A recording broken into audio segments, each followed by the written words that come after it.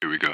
You know what's going down, right? Like Good afternoon, everyone, and welcome back to Industry Sessions. My name is DeMarco White. I am your Music Forward host for today. For those of you joining us for the first time, Music Forward is a national nonprofit organization inside the House of Blues and Live Nation family with a mission to transform young lives, inspire careers, and champion a more inclusive industry.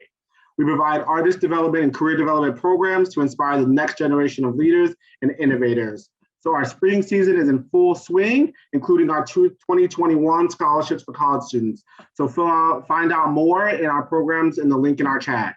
We are excited to bring you another season of Industry Sessions where we're connecting our communities to the music industry. We are excited for today's panel where we're going to talk about everything social media, from the different careers within it, also sort of the different trends and what the future of social media will look like. So to get started, I want to bring out our panels and do some introduction. So panelists, please join me out on screen. Hi, Tiffany. Hi, Todd. Hi, Murdoc. Hi, everyone. So good to see you, and thank you for joining us today. I want to start today's conversation with just introductions before we dive deep into this great and relevant topic. And so, Tiffany, starting with you, please introduce yourself to our audience and tell us a little bit about your role. Yeah, sure. Thanks. Hi, I'm Tiffany Tyson, and I'm the Culture and Creative Strategy Director at Versus Creative. Versus is basically a agency that runs social and digital and content and culture marketing strategy for artists, brands, and festivals. Yeah, awesome. Thank you. I can't wait to dive deeper into all of that and all that you all do. Todd, introduce yourself to our audience today. Yeah, absolutely. Hey guys, I'm Todd Triplett, the creative lead for TikTok North America, East Coast. I essentially lead all of our creative development. I call myself the defender of joy. We work with a lot of creators that you may know, a lot of musicians, and a lot of brands as well. So happy to be here. Awesome. And last but not least, Murdoc, please share with our audience who you are and what you bring to the conversation today. Hi, my name is Murdoc Hardy, and I'm a digital product manager at Interscope Records. I work across a roster of 35 artists, kind of leading all digital strategy for releases, rollouts, and everything in between. I work with some clients like Tira Whack, Mustard, LMA, Moneybag Yo, and quite a few other ones too. Yeah, cool. We're in such great company today. So a part of what Music Forward does is we're all about career exploration here, and the participants that we engage are always looking for the different avenues and ways to get into the music industry and then be successful once they're in it, right? And so what I want to start our conversation with today is really talking about how you all got to the places that you're at now. And Murdoc, I'm actually going to start with you because in just reading your bio and knowing what I know, you are a Cal State Fullerton Titan. We love the Titans here. We have a great partnership with Fullerton. But from what I was able to see is that you had traditional internships before you actually entered the music industry that weren't necessarily related to music.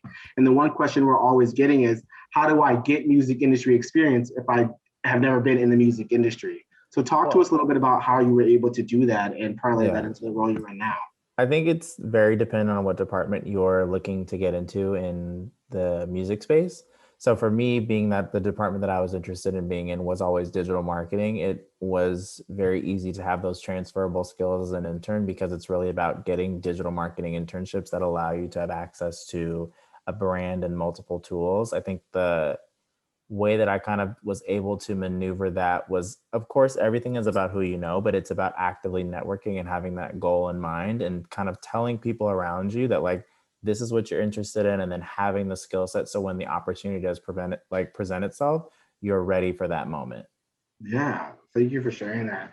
And Todd, similar question for you, being the creative lead, right? How does someone sort of work their way to be able to oversee all of that for the East of North America? Yeah, that's a great question. I actually don't know. No, seriously, there's no right answer. There are so many different ways. I would just say it starts with one, confidence. I believe that confidence, well, really it starts with passion. Right. My passion is music. My road to this seat it was long and crooked. I started out as a graffiti kid in the south on the south side of Chicago that got caught, and by getting caught, so basically a failure led to a series of wins that led to my career in advertising and marketing. But along the way, it's about not worrying about, it's about employing your passion that then creates your confidence, and you're confident in doing whatever you're doing, that will then build into success. Yeah. So I knew that my ear, my musical taste could drive me. I couldn't play. I tried drums, I tried piano. My grandfather was a jazz pianist, but I had an ear. I knew that I could hear a hit and I could see an artist and believe in them to the point where I could say, okay, I'm going to do everything that I can do to make sure that they get to wherever they're going to go. And that drove me through every step of my career.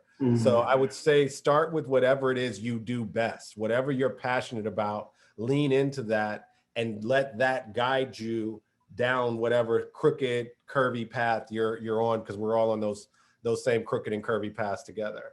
Yeah, well said. Tiffany, now you studied business administration at San Francisco State. And so when you were in your studies at school, did you know, yeah, I'm going to be at Versus Creative and I'm going to be the culture and creative strategy director? It's a no-brainer. Yeah, actually, when I started school, I was kind of forced into that, into studying business, because that's what my mom thought was the right thing for me. I always knew that I wanted to work in music ever since I was little. I was obsessed with Selena and wanted to be her. And I would just sing all the time, but then never really could figure out how I could make music, but always surrounded myself, even in school, with creative people, and was always really inspired by that journey and knew I wanted to be a part of it, and knew I always felt too, maybe it was because of Selena's story, that, you know, a lot of artists were kind of being taken advantage of. And I kind of wanted to figure out a way, how do I, you know, help some of these artists get known or market them, or, you know, help them in some way, and help a lot and not just one. And so I knew when I started school, I didn't want to do business. Yeah. I knew it was already like, that's not something that I want to do.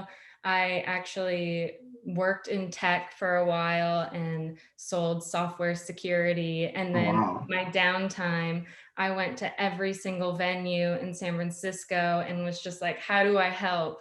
What can I do? Like, what do you need? Do you need someone to put up flyers? I see that you don't have a social account. Like, how do I help you sell tickets? And just tried really hard, meeting as many people as I possibly could, tried to be as helpful and there for everyone, which led me to, I became the artist liaison for a bunch of big shows in San Francisco. And because I was the only one with a car. But you know, it was timing, and now there's so many artists that I help book shows for. Like, I help book Disclosure's first show in America, and, you know, built a lot of these relationships, which led me to this job that I have now, going from working at venues to just transferring that over to more marketing of artists and brands and festivals. Yeah, cool. I feel like with the something that I mentioned to Murdoc earlier about sort of how you get music industry experience without having it, right? And I think, Tiffany, you talked about it just now, where it's like, I'm not necessarily looking for a job or looking for an internship for credit. I'm just giving you my time and the skill set that I currently possess. And in return, I'm hoping to just gain that experience. And I think that is some advice that is important just to share with our audience today, that it doesn't always necessarily have to be a job or an internship or something on paper. You can just volunteer your time, and it can help you open up your network and increase your chances for opportunities. That leads me to my next question, Todd, and I'm curious, because Tiffany talked about what she was able to do sort of outside her 9-to-5 that led her into the music industry. I'm curious, is there anything that you do outside of your role at TikTok that makes you a better creative lead for TikTok? Interesting. It's funny. it's funny because I've always had I've always believed in having your 9 to 5 and then a 5 to 9.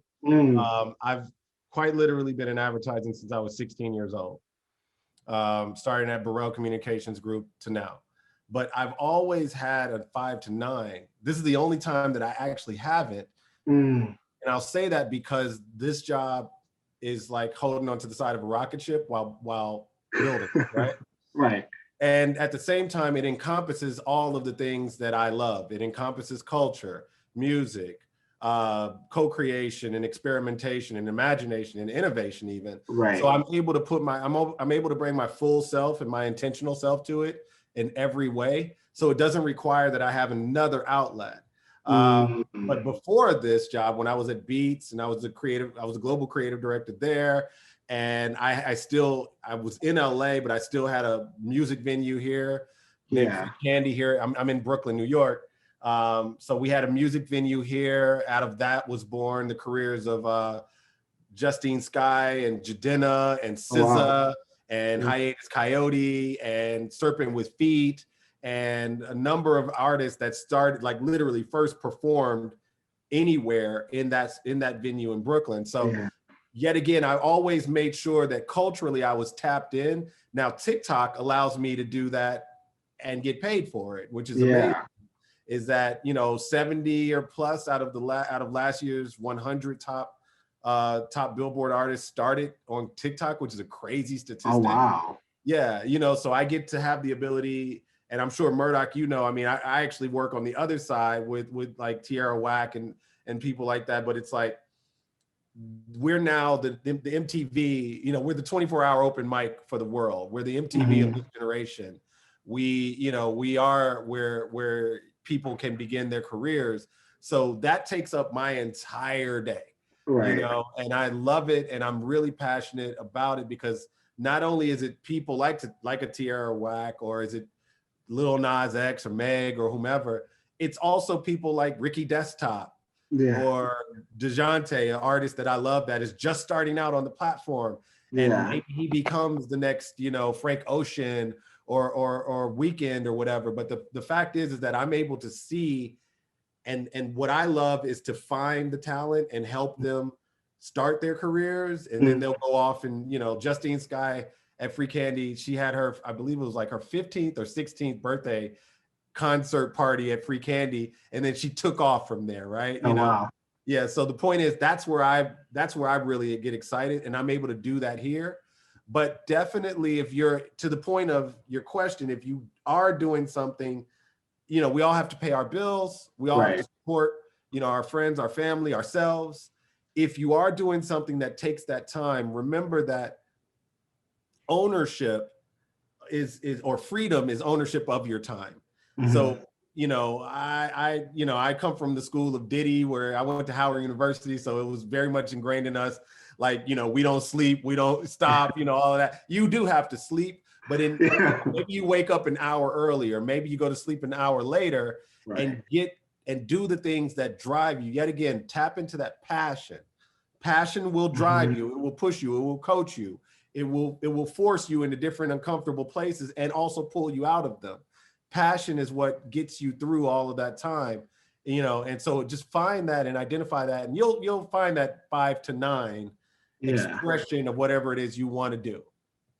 Yeah, thank you. So many good just nuggets in that answer. Something you said in your response, how it made me want to ask around that 70 artists out of 100 of new artists were started on TikTok, right? And so, Murdoc, I'm wondering from your perspective, working on the artist side and being someone who is working to strategize social plans for artists, how do you sort of ensure that you're being strategic versus like following a TikTok trend or another trend that's happening on social media? So I think everything kind of plays into what Todd was just saying, which is like, it's part of the trend forecasting that's so crucial in what we do. TikTok is not as simple as dancing, which I think a lot of people are kind of stuck on. And it's a UGC issue overall, right? Because it's UGC involved in the process of like, any other dance form, because TikTok has so many competitors like Triller, IG Reels, all those kinds of things.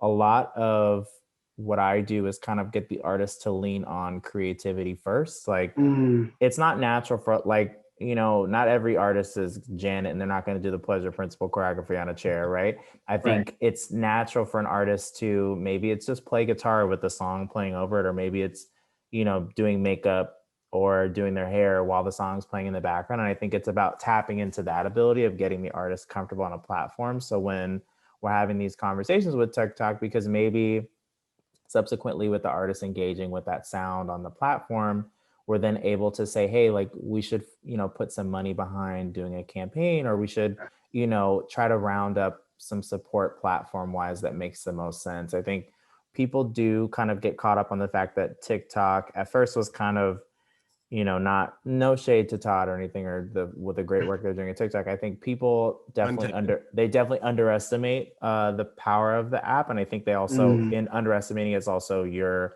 shaming the app, or you're looking down on the discovery ability, which is unfortunate. But I think as we outgrow that, because of how crucial it is to the ecosystem of discovery, just I don't think as many people lean into TikTok as you would think we do naturally. It's more so you have to let things react, and then you kind of strategize from there what the trend forecasting is. If there's a piece of like a vertical of content that's working, or if there's something that's naturally moving the fan base, and then maybe that's something the artist can tap into.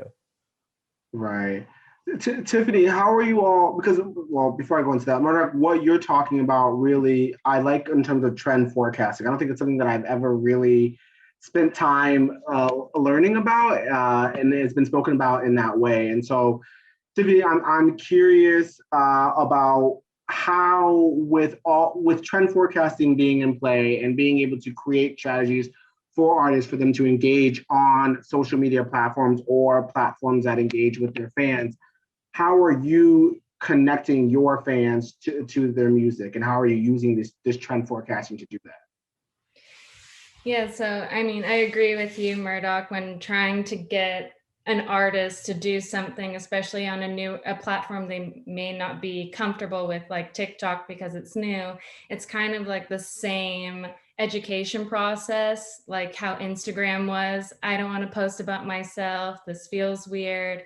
So I think it's, you know, using what's working and forecasting what trends are going to happen, but also kind of placing that with the correct talent and being like, oh, you know, I know you love coffee. That's all, like, that's a part of your brand. Well, on TikTok, people are doing these really beautiful videos of them pouring their drink, and, you know, we can get you to do that. So just kind of piecing out what are the pieces of content that people will feel comfortable with to really amplify everything that they're doing. And what's kind of difficult on my side too with that sort of thing is, like, artists themselves, I think, are so overwhelmed by the idea that now, as TikTok enters the space that Vine and then YouTube did when it first kind of blew up, and it's when it enters the space in which content is so high quality and so successful off platform, that they become intimidated and think that they have to be Steven Spielberg when they're making a TikTok. So in order to kind of break that barrier of entry, like Tiffany was mentioning, it is really hard that you're really scouring and really trying to find content that speaks to the client. And then so then that way the client is actually able to really engage with it and think like, okay, this is something I can actually do. And we don't have to just, like, you know what I mean? Like, hope and pray an influencer latches onto the idea. Right. Well, Murdoc, go ahead, Todd. I just wanted to quickly, that's interesting that we're actually trying from the platform side to dispel that notion that you need to be Steven Spielberg or Ava DuVernay, whatever. Right. Yes, let's make it more relevant. Yes, Ava. Yeah, but we literally, that's part of my job and my team's job, is to unlearn that notion of high production value. You can take a TikTok and put it on the Super Bowl, but you can't take a Super Bowl ad and put it on TikTok. Right. We don't require artists do performances like, the 90s or 2000s Hype Williams style videos. You can quite literally do whatever you want. And that's why I always reference the Nathan Apodaca ocean spray on his longboard. You know, his car just broke down and he was just like, I got to get to work. So I'm going to pull out my longboard. I'm going to put on this Fleetwood Mac Dreams, and I'm going to pull out my bottle of ocean spray. And that became a movement in the middle of a pandemic. It was this moment of joy where it was just this free flowing thing. That's TikTok, you know, and I don't want to monopolize the conversation about the platform, but that's what you see is most people respond to most, be it a large, our biggest artists like Jamie D'Amelio or a Tierra Whack or whatever. It's when they're most authentic. That's what we try to convince brands, artists. It's just bring your most authentic, truest self to the platform and you'll be rewarded for it, you know, versus a super high production thing that most people will just swipe by. Yeah. And I also think you said something important here, because we know that culture influences music, music can influence culture. And it looks like what's happening now is that culture is influencing influencing content, right? Tiffany, I'm curious if you feel like, or if you've seen this happen in reverse where content has influenced culture, and also how do you make sure that the culture that's integrated into the connections you're making with the fans and their music is relevant and apparent and also just representative of the fans? Yeah, I feel like content and culture kind of go hand in hand. Like I think content is kind of like the vehicle for culture and kind of like showing and then the fans kind of amplify that, right? You see it on all these platforms when things go viral and you know, people getting into these dances or doing all these different trends. Like I think content is just a vehicle for that culture, and it's ever changing. Yeah. I'm also curious about, so with new artists and with these platforms being sort of discovery for new artists and for independent artists, Murdoc, how are you essentially working with your artists to find, I guess, sort of content creators that are popular to partner with? Are you doing any of that matchmaking by following trendsetters, by following TikTokers? I don't know why I'm quoting so much. No, not really for my clients. I think Todd kind of knows, like with Tierra, like specifically, like, and it all ties back together with how content and culture influence each other. Like any artist that you work with, you have to know their voice. And a lot of artists, although they're very collaborative, although it's great to do collaborations and have them follow and engage, generally that's not really their forte. And if they are, and oftentimes I've noticed those videos don't necessarily perform as well on platform because it's not organic to the voice that the person has, you know, across socials. So something to keep in mind with how content influences that space is it's just like making sure you know your client and their voice is like the most important part of the job, just no matter what platform you're providing strategy for.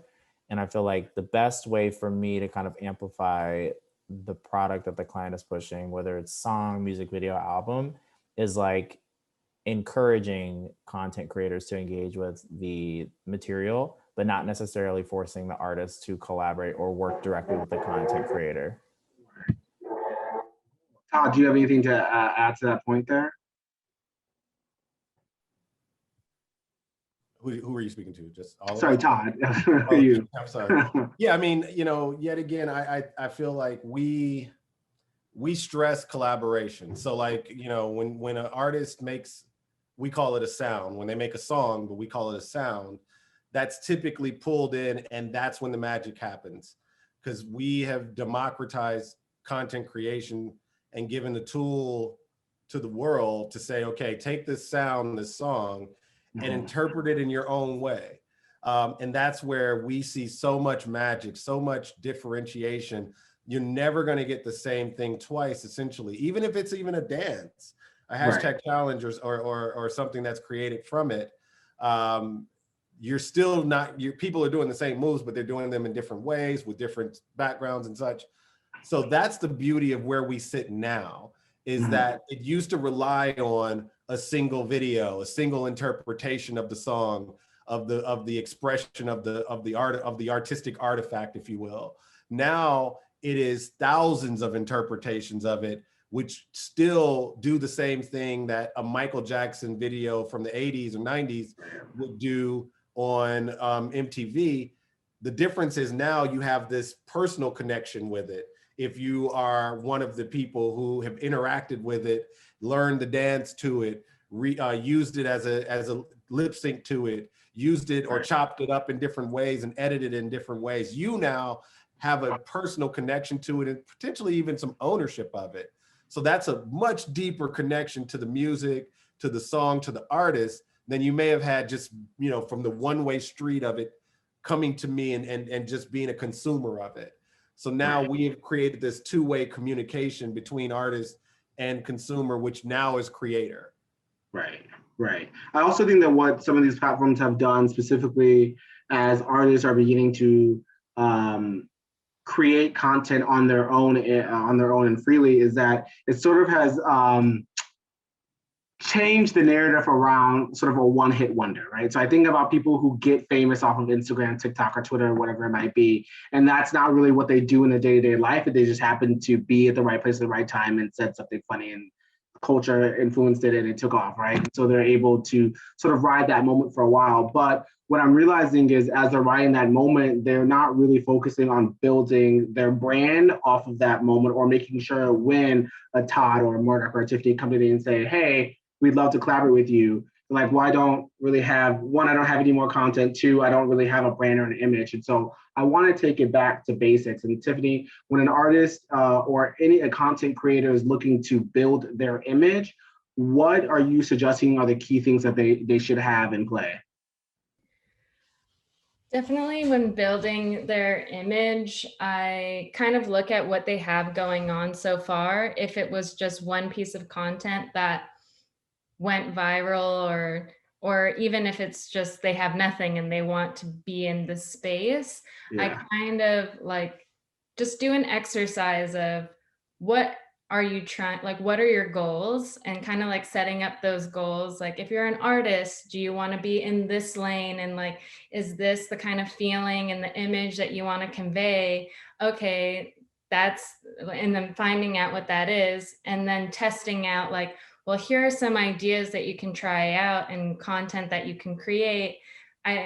What I really like to do with people starting off is, especially now, is have them kind of take the first stabs at creating content and getting comfortable and finding their voice a little bit with guidance from me.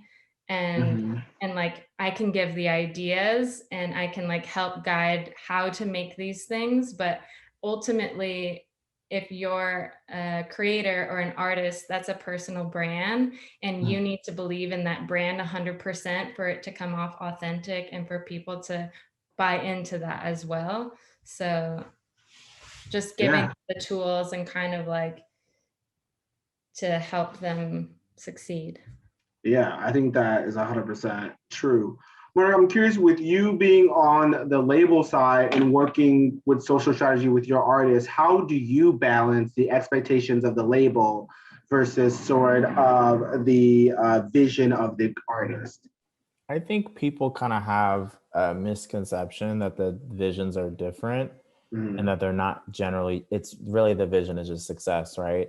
So I think that's an old school misconception from like the LA Reid Diddy days of like you had an executive who saw a full vision for an artist. Many times that vision clashed or overrode the vision of the artist. And that's kind of what made it to the public and usually what worked. And that's why they were so successful in what they did.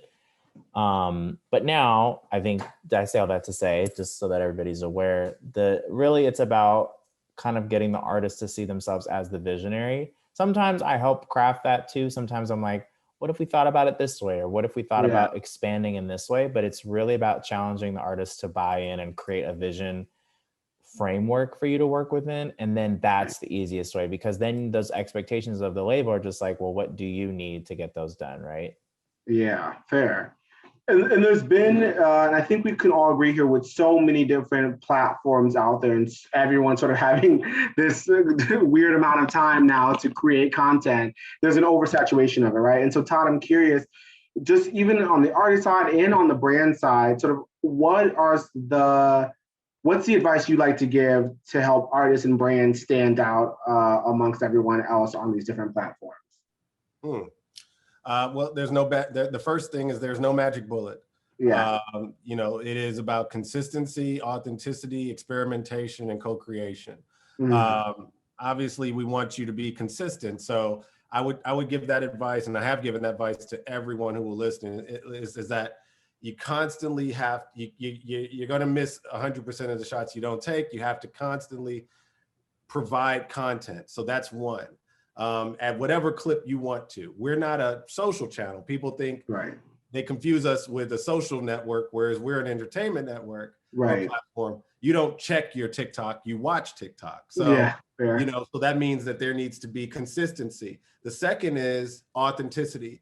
And this more so it's easier, but it's not easy, but it's easier for individuals / artists to show and bring their authentic selves than it is for like brands.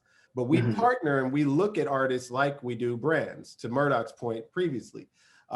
We see them as a full-on brand individual, but they are a brand, not unlike Beyonce or, you know, Jordan or LeBron or whatever. They are completely businesses. So we look at them like that and we approach them like that, which leads to now, and the last one is also trust. Trust in yourself, trust in your vision, trust in your team around you. And then that leads to experimentation, meaning try different things. Try, you know, if comedy is your jam, it's your wave, let us see that. That circles right back to authenticity. Be who you are. We are in a pandemic. We are literally doing this on a Zoom right now in our homes. I have a wall behind me and a bed behind this camera, right? Yes. We have all of the past of being completely complete and pristine is gone. So now we are in a place where you can show your true self and honestly not just you'll be lauded for it. So that's the main thing. And then obviously co-creation, bring people into your process, you know, bring others into your process that can potentially help you reach alternative perspectives that you may not have had just being, you know, once again, to Murdoc's point, this isn't the days of Diddy or you know, where they would just I just watched the Biggie documentary where it was like he had a vision for Biggie, he knew what it was going to be, and that was that. No, this is the complete opposite of that now, where it's like if you bring others in, you can co-create and build something that you would have never thought about prior. And that's how you get to the success, the magic that then will become, in our sense, on our platform at least, that will then get picked up by, you know, our For You page or whatever, and therefore into the stream that creates the success that everybody's looking for. Yeah, with more artists and content creators on these different social platforms, the space in which you get to engage with an artist of a certain caliber has grown smaller, right? And so, which has then, by result, introduced us all to cancel culture, which is what I'm trying to pivot to now. Tiffany, so one, I'd like to know just your opinion on cancel culture. I'd like to know everyone's opinion, and more specifically you, and sort of how you either try to stay away from it with your artist, or how do you, once an artist is canceled, how you then approach strategy from there. But Tiffany, start us off. Yeah.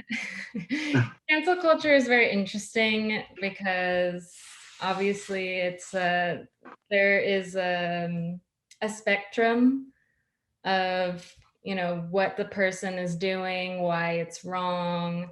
I think there's a good side and a bad side to it. I think the good side is of cancel culture is that it's bringing all these things to light, which everyone used to just kind of sweep under the rug.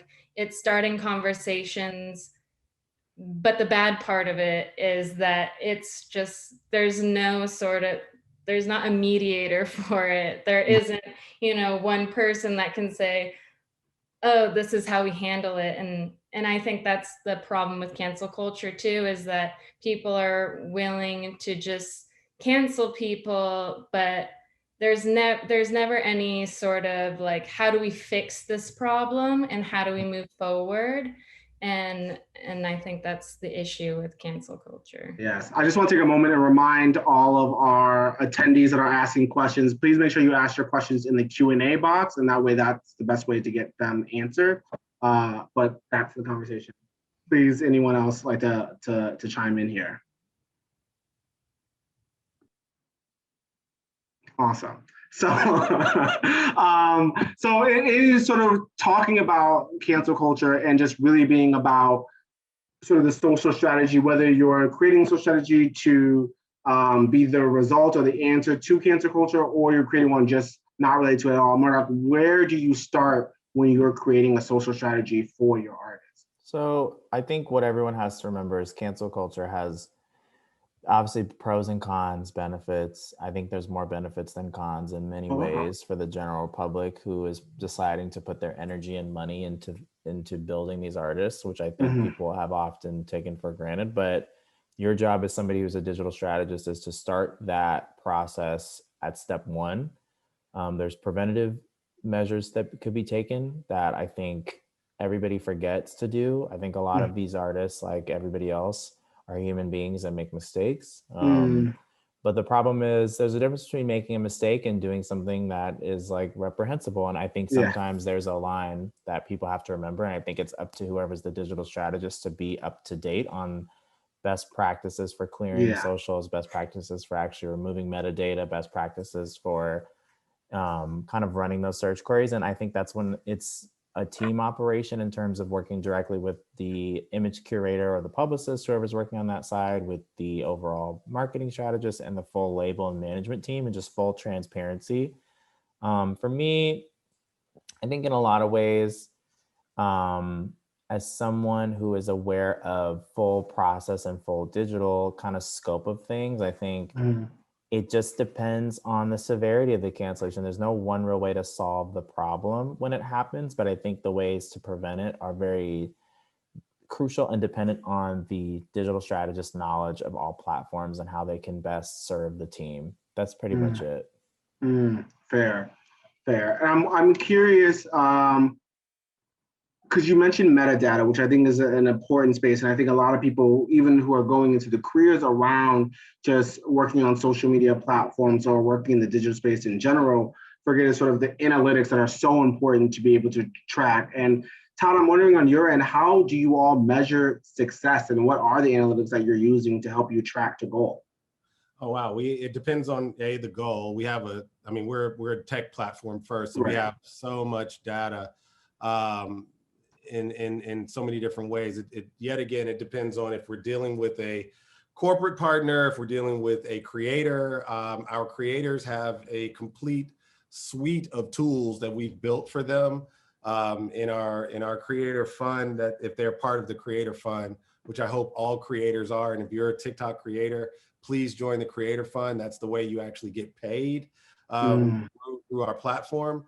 But there's a suite of tools and products that we build, that we've built out for them to track their own success individually. Now, as a partner, as a brand partner, we have an entirely different, back end suite of tools that we then identify. So we work more, we're not an agency by any stretch of the imagination. Creative Lab, my team is not. But we do work in a similar capacity as an agency might or a brand. We just do it as a media platform. So we have it's almost, there's too much to enumerate in terms of like how much, we don't collect data on users, but we certainly understand where we want to go. We do understand the data and the algebra and arbitrage of ways to get there for specifically our brand partners. Our creators, they have their own, and they have the ability to and our artists, I'll call them artists in this sense, but they have the ability to identify what's success for them. Is It's not generally on our platform, which is yet again why we're not a social platform. It's not about followers. It's about engagement with your content. So, you can have one video or one piece of content that is 10,000 views, and you can have another that's 1 million. And then you'll understand based on what that million did through our data of time tracking, of geographic and age gating or geo targeting, where your audience comes from, what time of day they will watch mostly your content specifically versus another creator. So there's a ton of different ways we can cut the data to really reflect what you're looking for, to understand how to replicate it. Right. And there's also something around where we know that artists aren't necessarily creating their choosing their fan base, right? We know that fans typically are choosing the artist, and then you sort of roll with the ball. Mm-hmm. Tiffany, is there any strategy that you all put in place to try to sort of define the artist's fan base versus sort of allowing the fans to choose the artist? Yeah, we kind of look at who are the most engaged people on their platforms, and just kind of deep dive into what are these people into, where are they shopping, what are they posting on their social accounts, and kind of really take a deep dive to see, and also looking at all the posts that do well. Are the posts that are doing well nature photos? So knowing that means that you've tapped into a travel audience, and we can reach out to National Geographic about doing some sort of collaboration together. So it's really looking at what's performing well, and diving into the people that are engaging the most. Yeah, I feel like when it comes to nature photos, Todd is our person to to advise on that strategy. Murdoc, so when talking about artists and creating social strategy, what are some of the biggest challenges that you come across that you'd like to share for those looking to get into this line of work? I think it's really execution's the biggest one, right? Because you could come up with just about every idea under the sun, and it could work appropriately for each type of release that you're working on, whether it's a brand deal or a piece of content or a product. But the problem is, if it's not executed, then it doesn't matter. So I think there are 2 steps to every digital kind of rollout. It's like drafting up the ideas with the copy and kind of the content, and then it's actually publishing. So that's something to consider when creating a social schedule, is just what's going to actually be pushed out and published into the universe. And I think when I think about it that way, I stopped doing the crazy 30-day rollouts like I was used to doing with brands, and kind of limited to just what's the scope that my client wants to see and is willing to process and collaborate on. Yeah. Okay. Thank you for sharing that. We're going to take some questions from some of our youth participants. But before we do, I wanted to ask a question. Murdoc, you and I were talking about this earlier, but we know that with the murder of George Floyd, the industry really took to it and said diversity is now our top priority. Social media platforms have now decided as well that diversity is the top priority, not only when it comes to the employees that they hire, but also to the content that they are sharing on these different platforms. I'm curious, and anyone can chime in here, how has the conversation of diversity and inclusion crept into your wheelhouse and into your roles? I think it's not so much a change, or it's more a creep. I think it's really just the idea that what we're doing is not done in the dark, right? I think Black music has always been important. I think Black content creation has always been the forefront of every app that's ever been successful. I think it's just the idea that is no longer taken for granted, right? It's just as important. And I feel like those are the steps that every major corporation is being asked to take on a daily basis, not just during Black Music Month, not just during the anti-police violence uprisings, but year round, during Women's History Month, it's asking for the transparency across the board. And I think it's going to keep happening. Specifically in the music industry, you're just going to see a consistent like prevalence of Black voices being highlighted, because again, there's such a huge backbone. But I think now with more advocacy for other marginalized groups, that's just going to keep being the prevalent norm. Yeah, fair. Tiffany and Todd, do you all have anything you'd like to add there? I mean, obviously, I'm a Black man in tech, so I go into this job in the beauty of it is having worked at other tech companies. This is where I feel I'm most needed, and this is where I feel that I can affect most. So, D&I, we can have a much longer conversation. It's Inclusion Week at TikTok. So we've had this conversation all week long. Yeah. But as such, we're coming out of Black History Month, going into Women's Month, and then thereafter Pride.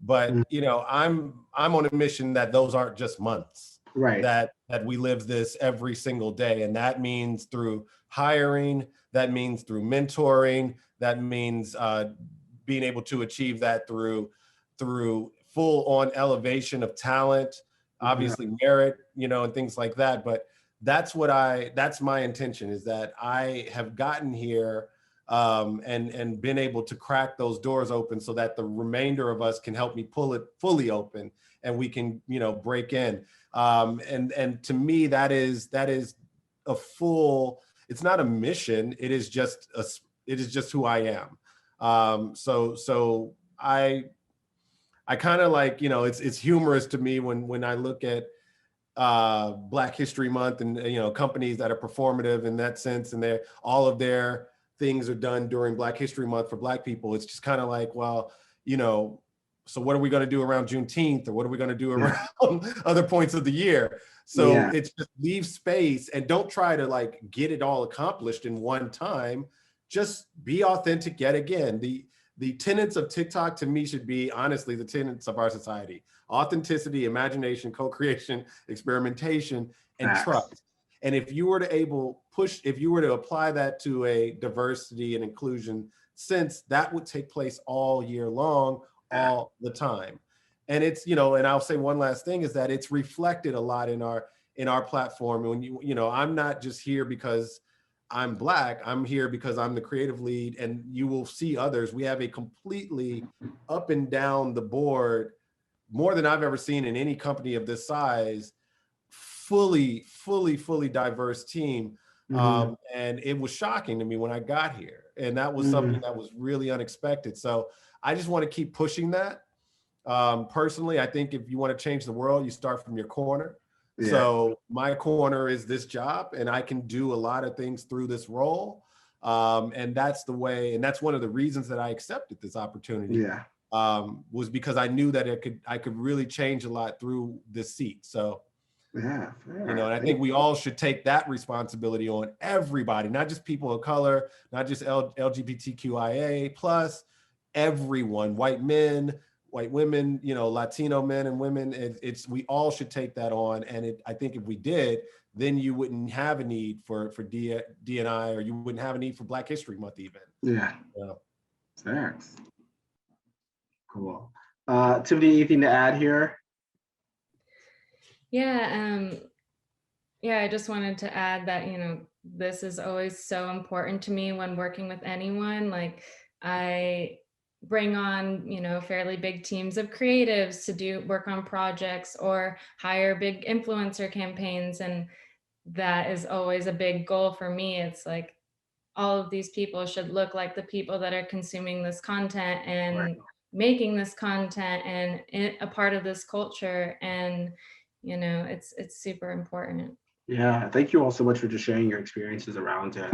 We're going to take our first question from our youth participant, whose name is Michelle. So Michelle, please come out and join us on stage and ask your question. Hi, Michelle. Hi, my name is Michelle. I'm currently a student at Canoga Park Senior High. And a question I have for you is, do you believe influencers change the way social media is meant to be? Cool. Murdoc, do you want to start us off with this question? And Todd, I know you've got some things to add here.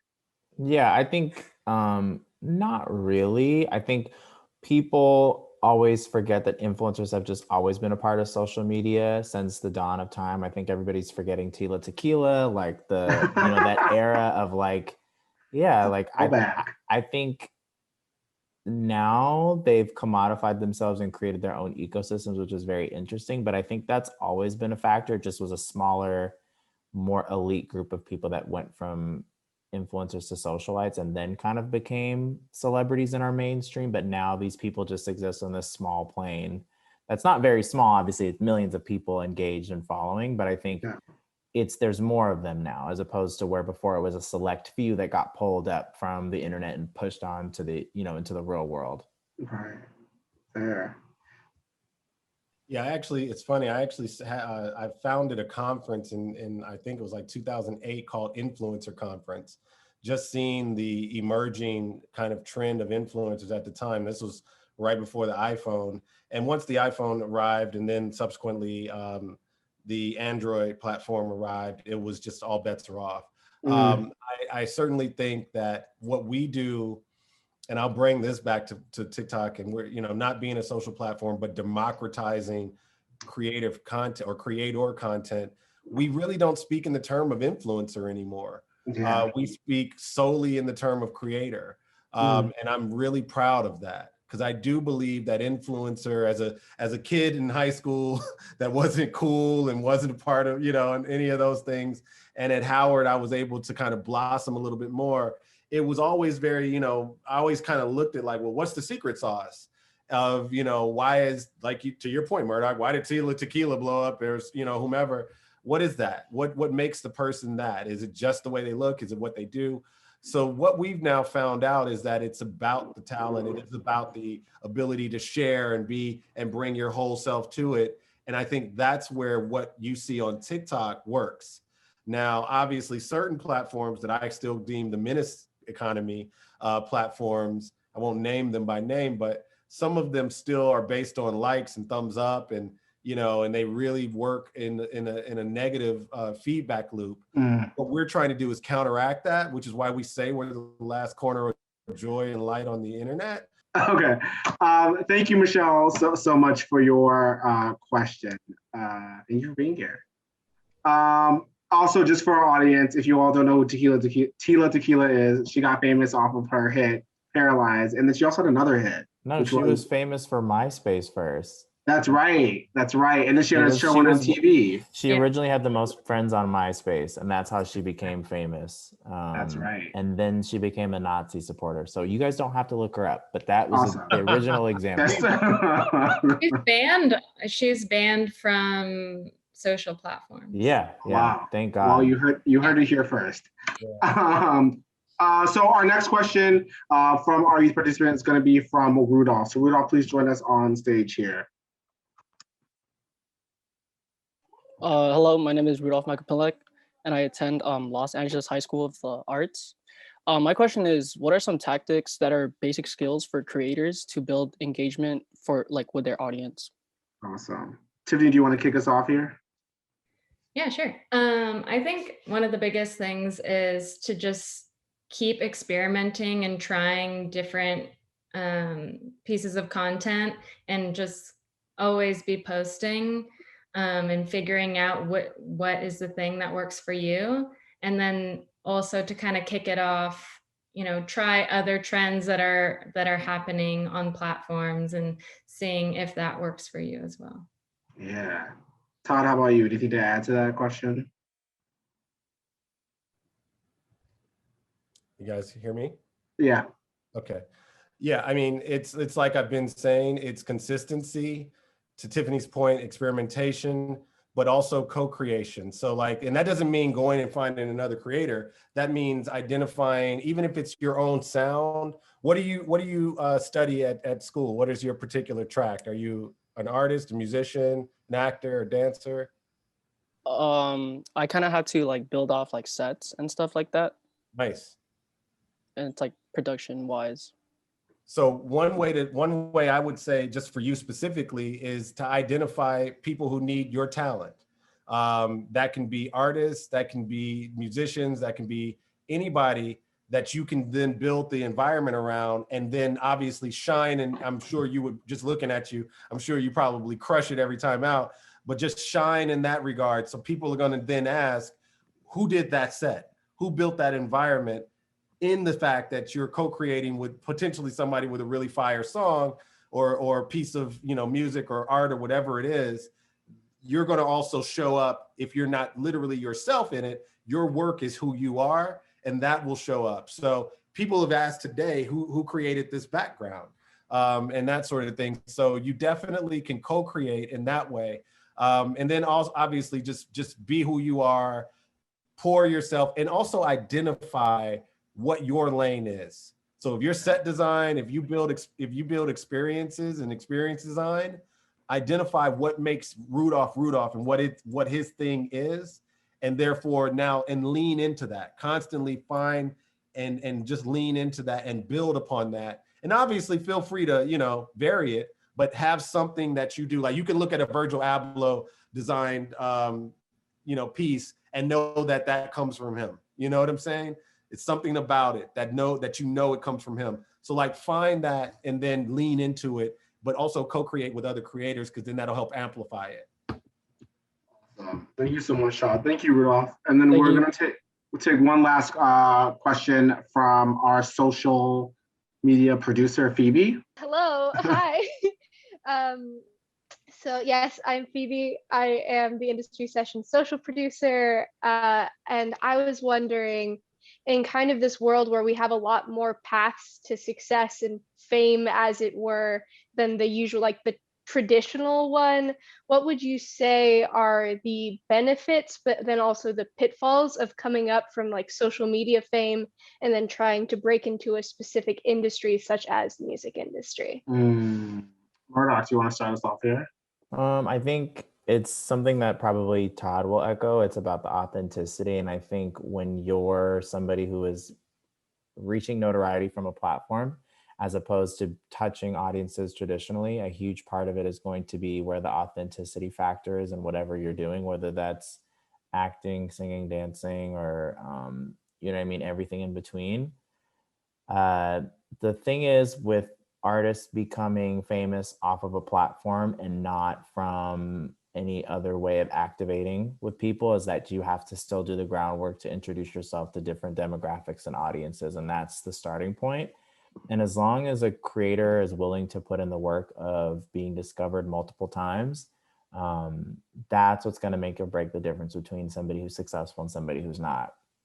A lot of times, the stories that people need to really pay attention to are the ones where people actually are willing to do the work no matter what part of their artist journey that they're in. And most people don't realize the same way that it takes a content creator anywhere from 3 to 5 years to finally be successful after doing something consistently regularly, which I think people kind of forget, takes generally 3 to 5 years. A huge part of kind of being an artist, and from what I know working with artists, is that it does take a long time for something to work, and that you definitely have to be mindful of that process. Thank you, Phoebe, for the question. I'm going to close this out. This has been okay. Bye, Todd. This has been an amazing panel, and it's had so many good questions. Sorry to our audience members who we couldn't get your questions answered, but again, we'll share the LinkedIns of our professionals today, and you are more than welcome to connect with them on social media. To our panelists, thank you so much for being here today, and thank you for helping us drive the Music Forward mission. We'll be back in 2 weeks with another industry session. And again, don't forget to apply for our scholarships. Thank you.